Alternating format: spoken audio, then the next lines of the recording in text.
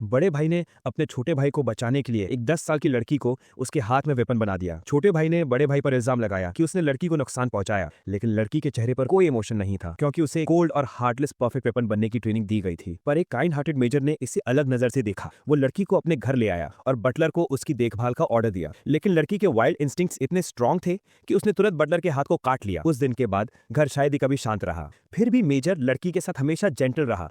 हर रात उसे जमीन पर सोते देखकर वो अक्सर उसे ब्लैंकेट से कवर करने की कोशिश करता, लेकिन कभी सफल नहीं होता क्योंकि लड़की हमेशा ऑन गार्ड रहती थी। पर सच है, सबसे सख्त दिल भी पिघल सकता है। भले ही लड़की अभी तक इंसानी इमोशंस नहीं समझती थी, पर धीरे धीरे उसने मेजर को अपना मास्टर माना और हर वक्त उसकी प्रोटेक्शन करने लगी। लेकिन मेजर खुश नहीं था। ये सोच कि लड़की को जबरदस्ती एक परफेक्ट वेपन बनाया गया, उसे अंदर से दर्द होता था। एक दिन वायलेट फुई को देखकर, जो ब्यूटी और लव का सिंबल है, उसने लड़की का नाम रखा वायलेट, इस उम्मीद के साथ कि एक दिन वो प्यार और खूबसूरती समझ पाए। फिर एक दिन लड़की ने अपना नाम बोला, वायलेट। ये पहली बार था जब वो कभी बोली थी, और मेजर पहला नाउन था जो उसने सीखा। उसके बाद मेजर ने उसे पढ़ना लिखना सिखाया और लड़की धीरे धीरे एक नॉर्मल बच्ची जैसे बिहेव करने लगी। लेकिन ज्यादा वक्त नहीं गुजरा था कि मेजर को अपने सुपीरियर से ऑर्डर मिला लड़की को बैटलफील्ड ले जाने का, क्योंकि वो पूरी आर्मी के बराबर थी। मेजर ने जोरदार विरोध किया, लेकिन कुछ भी काम नहीं आया और जल्द ही लड़की को युद्ध में भेज दिया गया। मेजर उसे लड़ते देखना नहीं चाहता था, इसलिए उसने कहा कि वो टेंट में इंतजार करें, लेकिन लड़की ने चुपके से उसका पीछा किया। जैसे ही कमांडर ने ऑर्डर दिया, लड़की आगे बढ़ी और जल्दी ही सेंट्रीज को एलिमिनेट कर दिया। जंग जल्दी जीत ली गई। उस रात लड़की के योगदान के बदले